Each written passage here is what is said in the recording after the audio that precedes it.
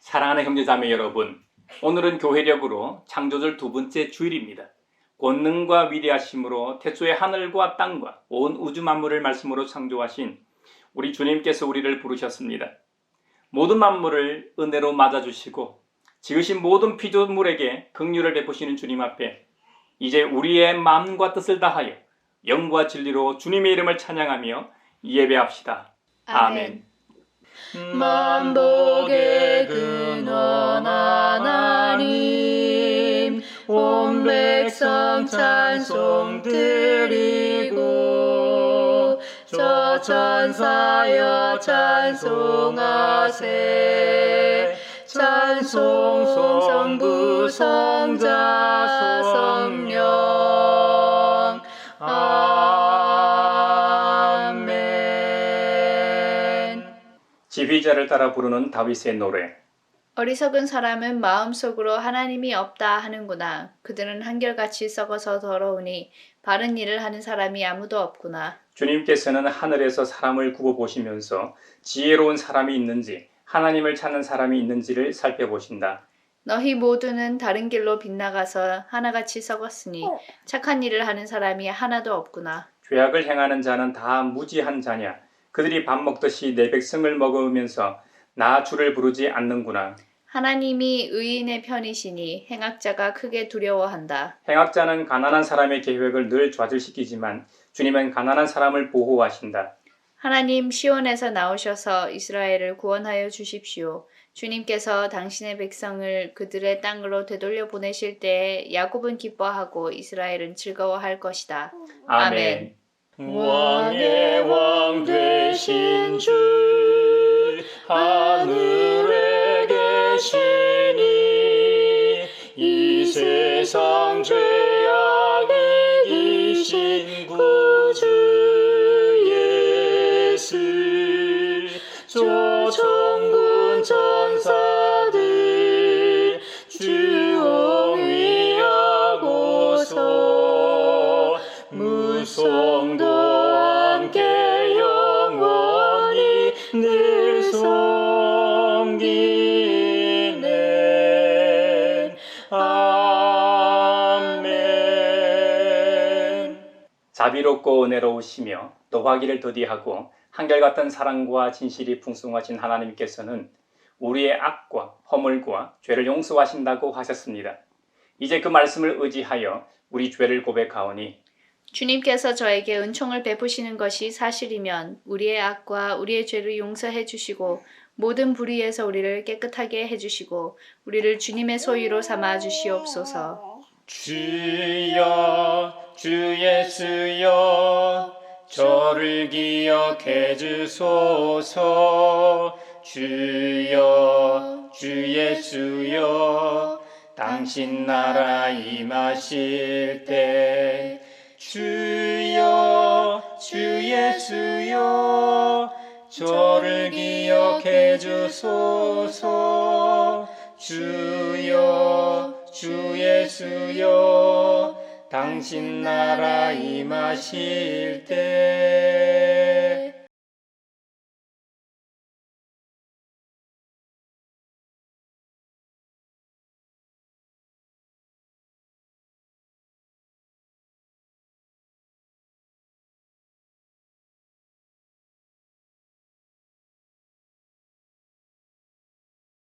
내 이름으로 일컫는 나의 백성이 스스로 겸손해져서 기도하며 나를 찾고 악한 길에서 떠나면 내가 하늘에서 듣고 그 죄를 용서하여 주며 그 땅을 다시 번영시켜 주겠다고 약속하신 우리 아버지 하나님께서 여러분의 죄를 용서하셨음을 주님의 이름으로 선언합니다. 아멘. 참미하여라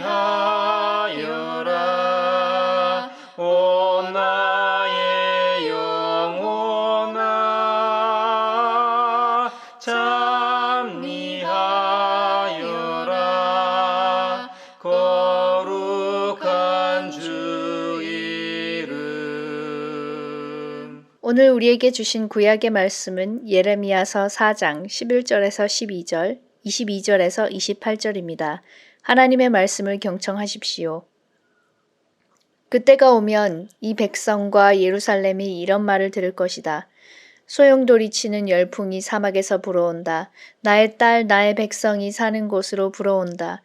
이 바람은 곡식을 키질하라고 부는 바람도 아니고 알곡을 가려내라고 부는 바람도 아니다. 그것보다 훨씬 더 거센 바람이다. 주의 명을 따라 불어닥칠 것이다. 백성에게 심판을 선언하시는 분은 바로 주님이시다. 나의 백성은 참으로 어리석구나. 그들은 나를 알지 못한다. 그들은 모두 어리석은 자들이요 전혀 깨달을 줄 모르는 자식들이다. 악한 일을 하는 데에는 슬기로우면서도 좋은 일을 할 줄 모른다. 땅을 바라보니 온 땅이 혼돈하고 공허하다. 하늘에도 빛이 전혀 보이지 않는다. 산들을 바라보니 모든 산이 진동하고 모든 언덕이 요동한다. 아무리 둘러보아도 사람 하나 없으며 하늘을 나는 새도 모두 날아가고 없다. 둘러보니 옥토마다 황무지가 되고 이 땅의 모든 성읍이 주님 앞에서 주님의 진노 앞에서 허물어졌다. 나 주가 말한다. 내가 온 땅을 황폐하게는 하여도 완전히 멸망시키지는 않겠다. 이 일 때문에 온 땅이 애곡하고 하늘이 어두워질 것이다. 나 주가 말하였으니 마음을 바꾸지 않고 취소하지 않겠다. 성령이여 우리 성경 읽을 때 그 속에서 빛을 보게 하소서. 오늘 우리에게 주신 서신의 말씀은 디모데전서 1장 12절에서 17절입니다. 하나님의 말씀을 경청하십시오. 나는 나에게 능력을 주신 우리 주 그리스도 예수께 감사를 드립니다. 주님께서 나를 신실하게 여기셔서 나에게 이 직분을 맡겨주셨습니다. 내가 전에는 회방자요, 박해자요, 폭행자였습니다. 그러나 그러한 행동은 내가 믿지 않을 때에 알지 못하고 한 것이므로 하나님께서 나에게 자비를 베풀어 주셨습니다. 우리 주님께서 나에게 은혜를 넘치게 부어주셔서 그리스도 예수 안에서 얻는 믿음과 사랑을 누리게 하셨습니다. 그리스도 예수께서 죄인을 구원하시려고 세상에 오셨다고 하는 이 말씀은 믿음직하고 모든 사람이 받아들일 만한 말씀입니다. 나는 죄인의 우두머리입니다. 그러나 하나님께서는 나에게 자비를 베푸셨습니다.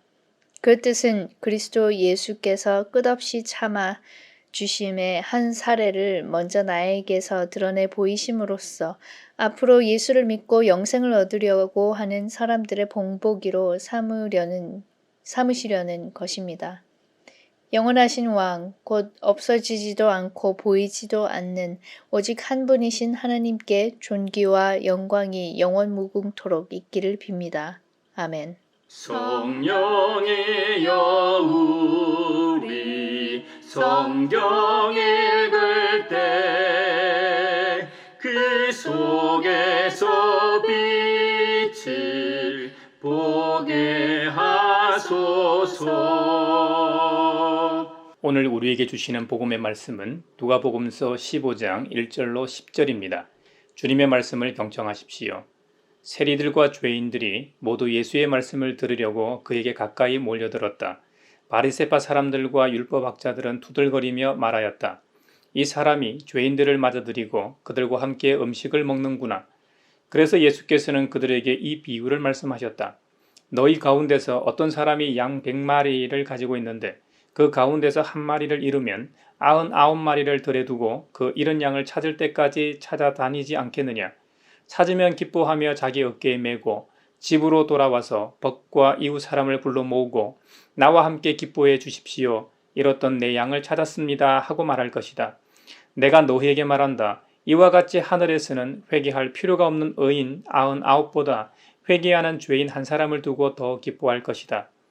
어떤 여자에게 드라크마 10립이 있는데 그가 그 가운데서 하나를 잃으면 등불을 켜고 온 집안을 쓸며 그것을 찾을 때까지 샅샅이 뒤지지 않겠느냐.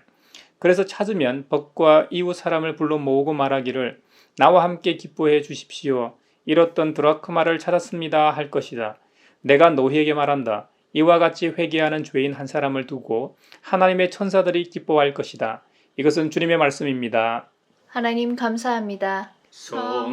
성령이여 우리 성경 읽을 때 그 속에서 빛을 보게 하소서.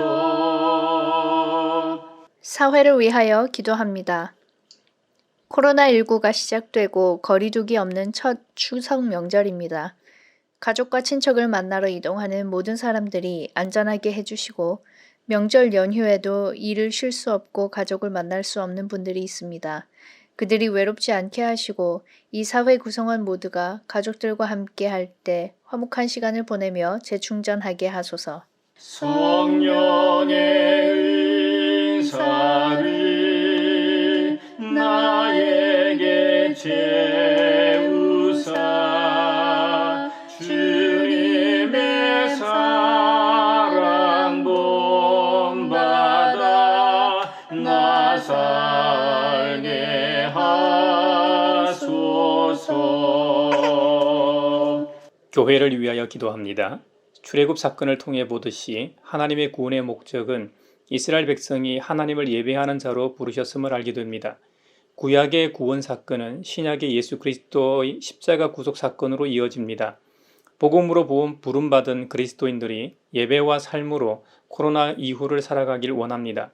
거룩한 주일에는 예배자로서 교회당에 모여 함께 기뻐하며 예배하고 주간에는 흩어진 그리스도인으로서 하나님과 사람들 앞에서 삶을 드리는 예배자로 살아가는 한국 교회와 성도들이 되게 하소서. 성령의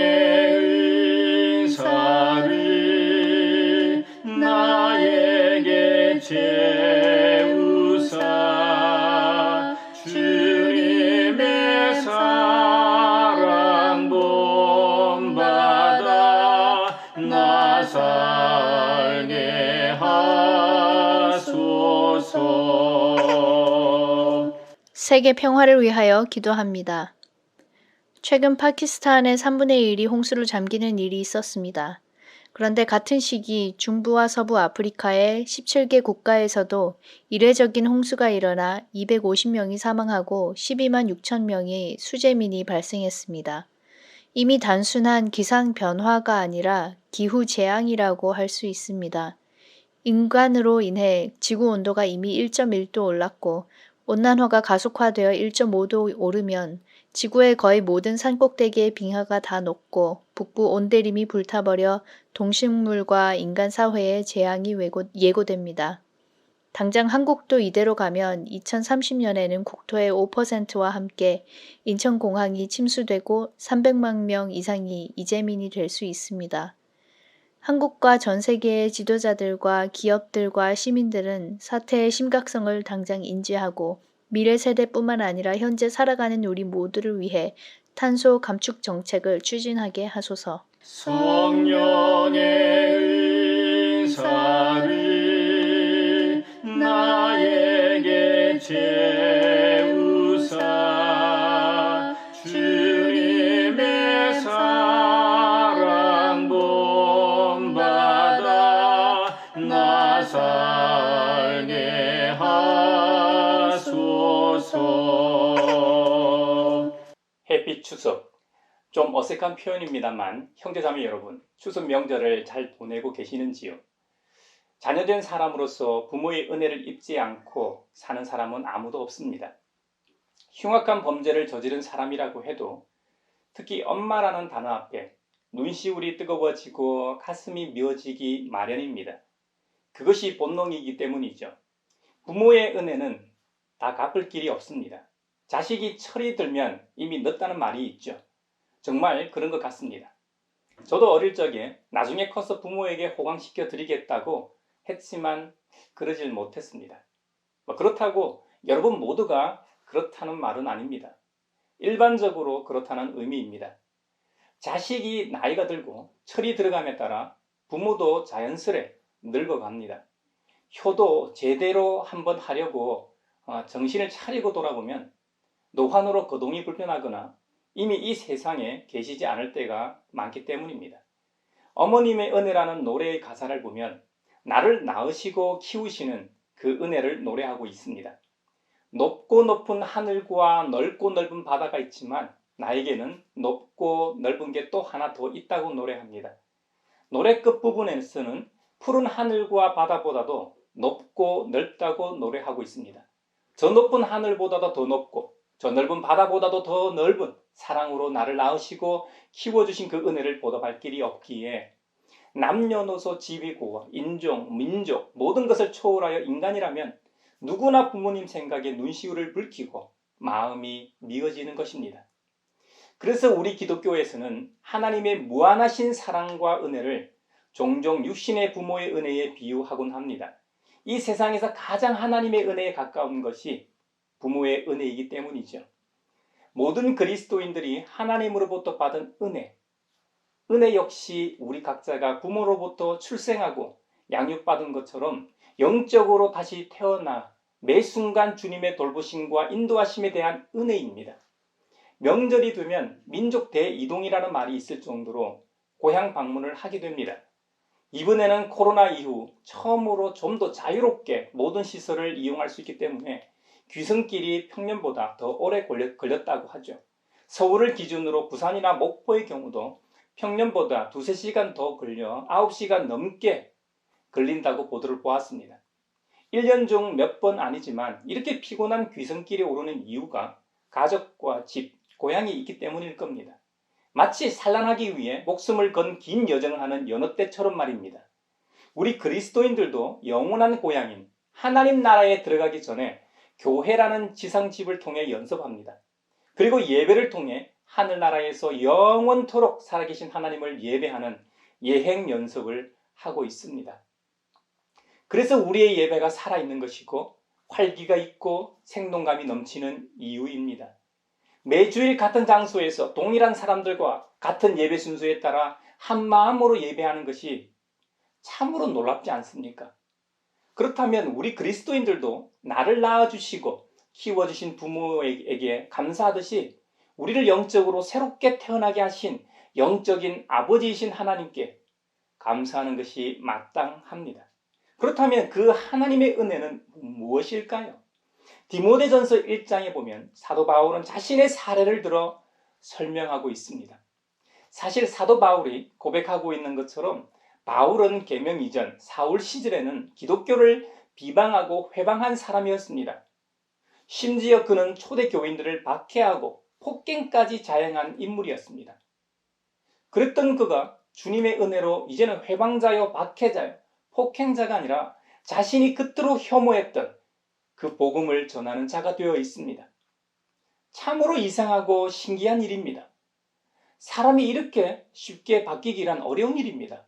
사도 바울이 180도 바뀐 것은 그가 살아계신 예수 그리스도, 우리 주님을 직접 만나고 체험했기 때문일 겁니다. 잘 알려진 대로 사도 바울은 예수 그리스도를 믿고 따르는 무리들을 잡아 감옥에 쳐 넣으려고 다마스쿠스로 가는 길에 그가 그토록 핍박하던 예수님을 직접 만나게 됩니다. 그리고 그 증거로 일행을 제외한 본인만 도상에서 빛으로 임하신 예수님을 만나게 되고 두 눈이 멀게 됩니다. 그 당시 최고의 교육을 받은 사도 바울로서는 도무지 이해할 수 없는 일이었습니다. 혹시 자신이 듣고 대화한 것이 환청이요 독백이라고 치더라도 자신만 눈먼 것을 어떻게 설명할 수 있겠습니까? 그리고 그 음성이 지시한 장소로 갔더니 얼마 지나지 않아 그 음성이 알려주신 대로 진짜로 한 사람이 왔고 그를 통해 다시 보게 되었습니다. 그리고 그 음성이 알려주신 대로 그를 찾아온 사람이 사도 바울 자신이 앞으로 해야 할 일을 알려주었습니다. 이 모든 것을 어찌어찌하여 이루어진 우연이라고 할 수 있겠습니까? 이것은 사도 바울 자신이 이해할 수 있는 일이 아닙니다. 자신의 학문과 사상, 철학, 이성 체계를 뛰어넘어서는 일입니다. 그러니 안 받아들일 수 있었겠습니까? 그 직후 그는 다마스쿠스에서 복음을 전하게 됩니다. 자신이 직전까지 가짜라고 외치며 시민사회를 혼란스럽게 하는 이단이라고 했는데 이제는 그 복음이 진리라고 외칩니다. 참으로 기이한 일입니다. 오죽했으면 다마스쿠스에 있는 그리스도인들조차도 믿지 않았겠습니까? 혹시 저 인간이 우리처럼 복음을 믿는 척하면서 우리를 꼬드겨 잡으려고 하는 것으로 오해했으니까 말입니다. 그 오해는 시간이 지나감에 따라 풀어지게 됩니다. 물론 눈먼 장님이 된 사도 바울을 눈뜨게 해준 아나니아의 증언이 결정적이었을 겁니다. 아나니아는 다마스쿠스에서 그리스도의 신실한 제자로 알려져 있었기 때문에 성도들의 오해가 풀렸던 것이죠. 사도 바울이 고백하며 권면하는 것처럼 은혜를 감사할 수밖에 없는 이유가 몇 가지 있습니다. 디모데전서 본문의 순서에 따라 살펴보면 다음과 같습니다. 먼저는 자신과 같은 죄인의 우두머리 같은 사람을 택하신 것에 대한 감사입니다. 성경 어디를 찾아봐도 바울이 하나님을 택했다는 말은 찾아볼 수 없습니다. 오직 하나님께서 바울을 이방인의 사도로 택하신 내용만 기록되어 있습니다. 요즘 드론을 통해 지상에서는 볼 수 없는 장면을 연출하기도 합니다. 이렇게 한번 생각해 보죠. 두 도로가 만나는 교차로가 있고 교통 통제를 하는 신호등이 고장났다고 가정해 봅시다.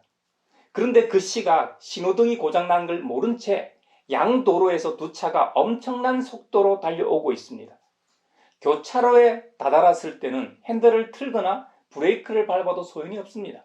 하지만 드론과 같은 시점에서는 앞으로 일어날 일을 예측할 수 있죠. 이와 같이 하나님께서는 높고 높은 곳에서 우리의 일거수일투족을 살피시며 보호하십니다. 만약 두 차 중 한 차의 속도만 줄여도 사고를 예방할 수 있습니다.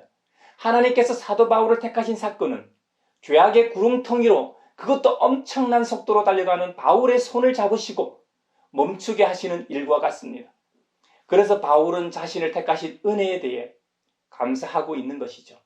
두 번째 은혜의 감사는 핍박의 주동자인 자신을 신임해 주신 것에 대한 감사입니다. 하나님께서는 바울에게 직분을 맡기셨습니다. 근데 바울의 말을 들어보면 본인에게 직분을 맡기신 이유가 있습니다. 그것은 주님께서 바울 자신을 신실하게 여기셨기 때문이랍니다. 우리가 대인관계에서 어떤 과오나 실수가 있을 때 그 사람을 용서할 수는 있어도 그 사람에게 중요한 일을 맡기기는 힘듭니다. 근데 주님은 바울을 용서하실 뿐만 아니라 아주 중요한 직분까지 맡기셨습니다. 핍박하고 박해하던 자가 하나님 나라의 사자가 되었으니 어찌 감사하지 않을 수 있겠습니까? 세 번째 은혜의 감사는 자신을 본보기로 삼으신 것에 대한 감사입니다. 거듭 말씀드리지만 바울은 예수님을 만나기 전에 그리스도인들을 몹시도 핍박하던 자였습니다. 그런데 주님께서 끝없이 참아주심으로 바울 자신을 본보기 사례로 삼으셨다는 겁니다. 그 당시 바울은 잘 알려진 인물이었습니다. 그것도 최고의 학문적 학파였던 가말리엘의 문화에서 학문을 배웠고 그도 율법학자로서 꽤나 영향력 있는 인물이었습니다. 그런 그가 예수 믿는 사람들을 잡아다 죽이기 위해 펼치던 모든 율법과 명분은 이제 예수님을 믿고 영생을 얻을 사람들을 위한 도구로 바뀌었습니다. 그러니 바울만큼 좋은 본보기가 없죠. 그 좋은 사례가 되었으니 어찌 감사하지 않을 수 있겠습니까?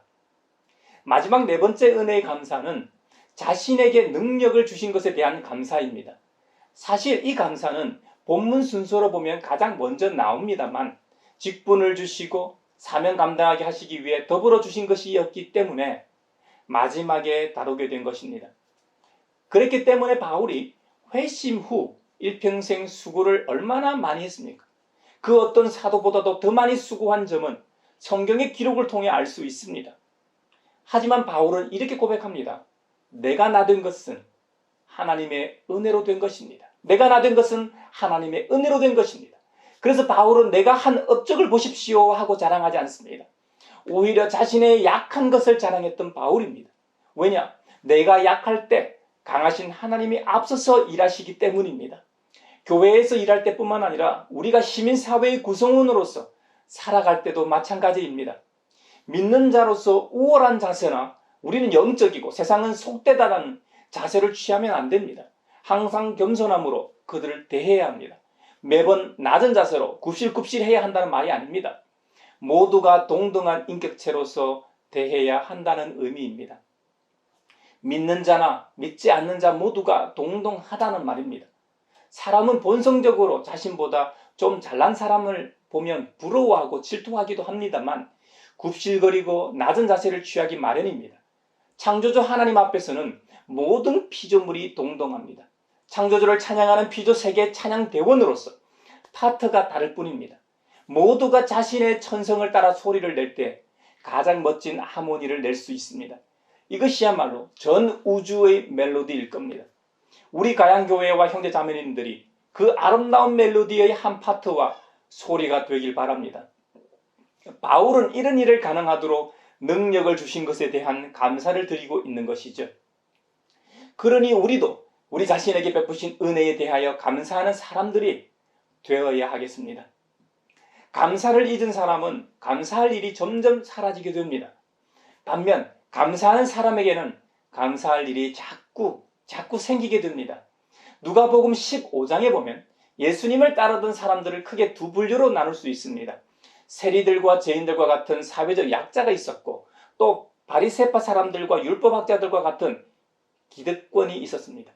예수님을 대하는 이들의 태도를 보면 확연히 차이를 알 수 있습니다. 세리들과 죄인들은 예수님의 말씀을 순수한 마음으로 들으려고 가까이 몰려왔고, 바리새인과 율법학자들은 뭔가 꼬투리를 잡으려고 왔습니다.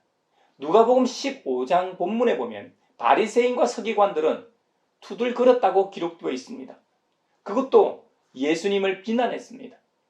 이 사람이 죄인들을 맞아들이고 심지어 그들과 함께 음식을 먹는구나. 지금으로부터 2000년 전인 예수님 당시 유대법에는 죄인들과의 식탁 교제를 금지했습니다. 그러니 그들의 이 제기가 사실 터무니없는 것은 아닙니다. 당시 유대법과 관습과 관례를 따른 것이니까요. 또 당시는 로마의 식민 지배 아래 있었기 때문에 시민들로부터 세금을 징수해서 로마 정부에 갖다 바치는 사람이 세리였으니 그들의 미움을 살 수밖에 없었을지도 모릅니다. 당시 유대인들은 이방인들을 개돼지 보듯 하였습니다. 이방인들의 이 더러운 돈을 만지는 사람이 세리였으니 종교 지도자들이 볼 때는 얼마나 경멸스러운 인간들이었겠습니까? 이 말을 들은 예수님께서 세 가지를 비유로 말씀하셨습니다. 잃은 양을 찾은 목자 비유와 잃은 드라크마를 되찾은 여인 비유, 그리고 잃은 작은 아들을 되찾은 아버지 비유입니다. 예수님의 이 비유들은 고전적 형태인 단순 비교입니다. 당시 사람들에게 잘 알려진 익숙한 사례를 들어 새로운 사실을 밝히는 방법이죠. 오늘은 앞의 두 가지 비유만을 본문에서 다루고 있습니다. 예수님께서 첫 번째 비유를 말씀하셨습니다. 너희 가운데서 어떤 사람이 양 100마리를 가지고 있는데 그 가운데서 한 마리를 잃으면 99마리를 들여두고 그 잃은 양을 찾을 때까지 찾아다니지 않겠느냐.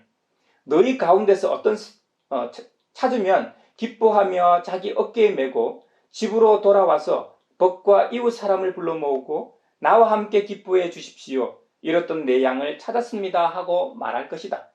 내가 너희에게 말한다. 이와 같이 하늘에서는 회개할 필요가 없는 의인 99보다 회개하는 죄인 한 사람을 두고 더 기뻐할 것이다. 우리 모두가 양 100마리 중 한 마리를 잃어버린 목자라면 어떻게 하시겠습니까? 거의 모두가 똑같이 99마리를 두고 잃어버린 한 마리를 찾아다닐 겁니다. 예수님은 익숙한 삶의 이야기를 자신의 기쁨을 설명하는 논점으로 사용하십니다. 이런 질문에 인정하지 않을 사람이 누가 있겠습니까? 그것은 세리와 죄인을 비난하던 바리새인과 서기관들도 마찬가지입니다. 사실 그들은 안식일을 철저하게 지키라고 가르치고 외쳤지만 정작 그들 자신이 자신들의 재산을 불리기 위해 안식일을 순수하게 지키지 않고 있었습니다. 그러니 한 마리 잃은 양을 찾기 위해 수단과 방법을 가리지 않을 사람들이었기 때문에 그 누구보다도 이 비유와 질문의 답을 잘 알고 있는 사람들이었다는 말입니다. 이 점은 당시 기득권층이었던 이들을 불편하게 했을 겁니다. 예수님의 비유에서 잃은 양은 두말할 것 없이 세리와 죄인들이니까요. 그들이 도움이 필요로 하는 자들인데 종교 지도자들인 그들은 그들을 외면했으니까요. 종교 지도자들이 섬기는 하나님이신 주님은 이렇게 세리와 죄인들과 같은 약자들, 도움이 절실히 필요한 자들을 찾고 계시는데 정작 지상에서 하나님의 대리자로 그 일을 해야 하는 사람들은 그 일을 하지 않고 있다는 역설입니다. 마태복음에서는 잃은 양을 교회 생활을 하다가 세상으로 떨어져 나간 사람들을 가리킵니다. 여러 일로 인해 실족하여 떨어져 나간 지체를 나몰라라 하는 것도 안 된다는 말씀입니다.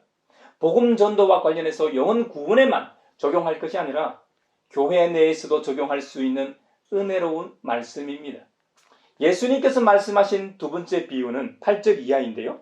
어떤 여자에게 드라크마 연립이 있는데 그가 그 가운데서 하나를 잃으면 등불을 켜고 온 집안을 쓸며 그것을 찾을 때까지 샅샅이 뒤지지 않겠느냐. 그래서 찾으면 벗과 이웃 사람을 불러 모으고 말하기를 나와 함께 기뻐해 주십시오. 잃었던 드라크마를 찾았습니다 할 것이다. 내가 너희에게 말한다.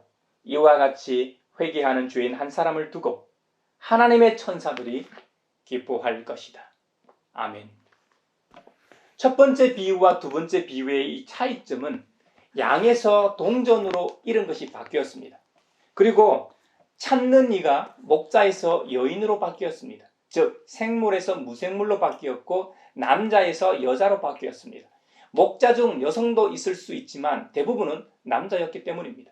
그런 점에서 두 가지를 생각해 볼 수 있습니다. 요즘같이 기후위기가 대두되는 시대에는 환경을 적용해 볼 수 있습니다. 피조세계는 우리와 함께 살아가고 있으나 우리의 경제적 풍요를 채워주거나 오락거리 정도로 치부됩니다. 우리의 이웃이여 공동체로 보지는 않는 것 같습니다. 기후위기 시대에 저는 잃어버린 동전이 바로 파괴된 생태 환경이라고 생각합니다.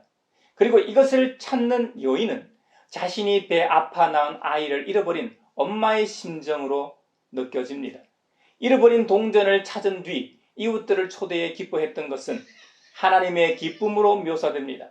즉, 그 어느 시대보다 빠르게 급속도로 파괴되는 피조 세계를 보시는 창조하신 하나님의 아파하심과 그것을 다시 회복시키기 위해 노력하는 인간들을 보실 때 기뻐하시는 하나님의 모습을 발견하게 됩니다. 앞서 사도 바울의 사례를 통해 주님의 은혜에 감사하는 사람이 되어야 한다고 했습니다만 그렇지 못한 사람도 있습니다. 예레미야서에 보면 한 사람이 아니라 감사하지 않는 민족이 나옵니다. 인류 역사상 하나님의 은혜를 가장 직접적으로 그것도 가장 많이 놀랍도록 받은 사람들입니다. 그런데 그 은혜를 망각한 채 살아가다 결국 약속의 땅은 저주의 땅이 되고 만다는 예언을 듣게 됩니다. 열풍이 사막에서 불어와 이스라엘 백성을 심판하게 된다는 겁니다. 그래서 주님께서는 한탄하십니다. 나의 백성은 참으로 어리석구나. 그들은 나를 알지 못한다. 그들은 모두 어리석은 자식들이요 전혀 깨달을 줄 모르는 자식들이다. 악한 일을 하는 데에는 슬기로우면서도 좋은 일을 할 줄 모른다. 고 이렇게 탄식하셨습니다. 직접적으로는 이스라엘이 위치한 팔레스타인 지역이지만 그 내용을 보면 전 지구적인 것임을 알 수 있습니다. 심판은 땅과 하늘, 산과 언덕, 인간과 새를 비롯한 다른 모든 생명체들과 성읍들에게 임한다는 겁니다.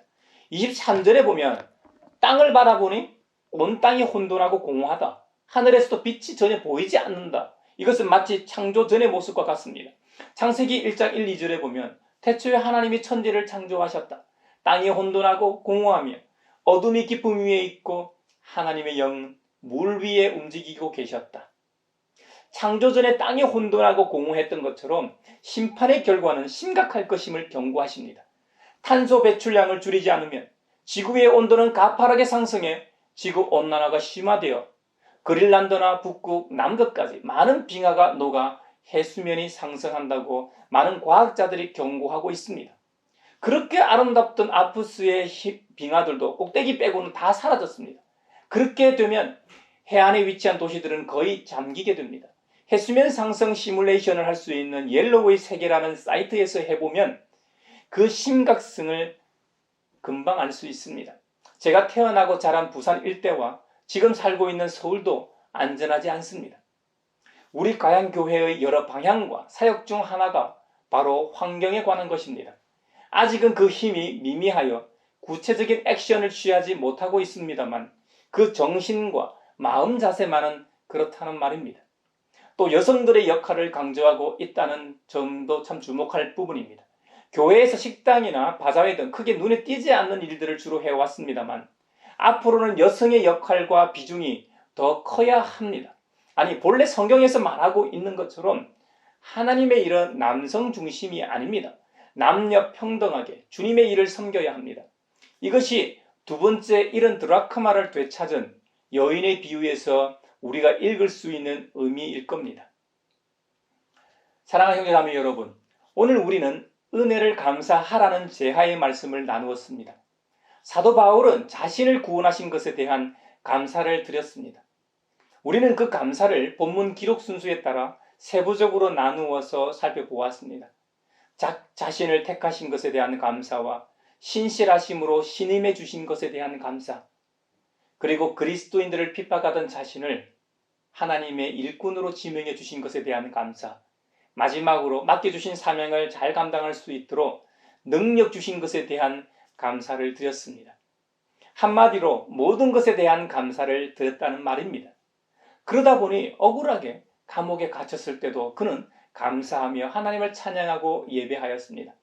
불평불만이 나올 만도 한데 오히려 기뻐하며 찬양했다는 겁니다. 옥중에 갇혀 있으면서도 전도의 기회로 삼고 오네시모와 같은 영적인 아들을 낳았습니다. 반면 구약시대의 이스라엘 민족처럼 감사하지 않다 멸망당한 부류도 있음을 우리는 잊지 말아야 합니다.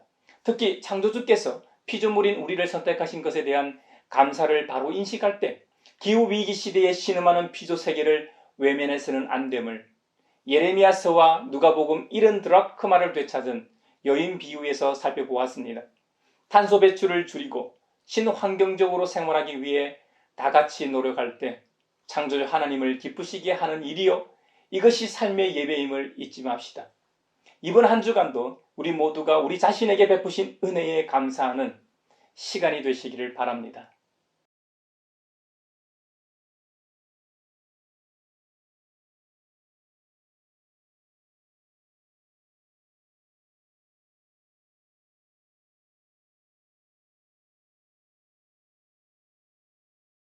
내게 있는 모든 것을 아낌없이 드리네. 사랑하고 의지하며 주만 따라 살리라. 주께 드리네. 주께 드리네.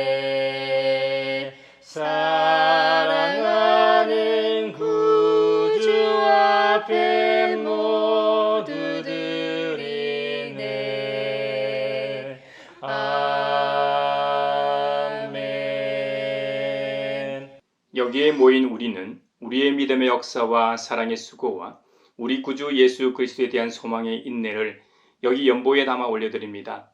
주님께서 말씀하신 대로 억지로나 인색함으로 하지 않고 제자가 되는 길을 선택하게 하시고 그 길을 따라 살아가게 하심에 감사하여 각각 그 마음에 정한 대로 즐거운 마음으로 바치오니 향기로운 예물이 되게 하소서. 은혜의 주님, 우리의 정성을 어여삐 여기시어 주님께서 베푸신 은혜에 비하면 보잘것없지만 말씀하신 대로 미리 구별하여 드리오니 기쁘게 받으시옵소서. 우리의 가진 것이 비록 적어도 바치는 기쁨은 더 커지고 비록 버는 것이 적어도 나누는 즐거움은 더욱 넘쳐 우리 믿음의 소문이 각처에 퍼지게 하소서. 우리 주님 예수 그리스도의 이름으로 감사하며 기도하옵나이다. 아멘. 갈보리 그 언덕에서 깊은 샘이 터지고 하늘 문이 다 열리며 그의 자비 넘치네. 물결치는 주의 사랑 한없이 쏟아지고 하늘나라 평화 정의 죄악 세상 접시네. 하늘나라 평화 정의 죄악 세상 접시네. 서로 평화의 인사를 나누겠습니다. 주님의 평화를 빕니다. 주님의 평화를 빈다 얘들아. 주님의 평화가 여러분과 함께 하시길 바랍니다. 이제 축도하겠습니다.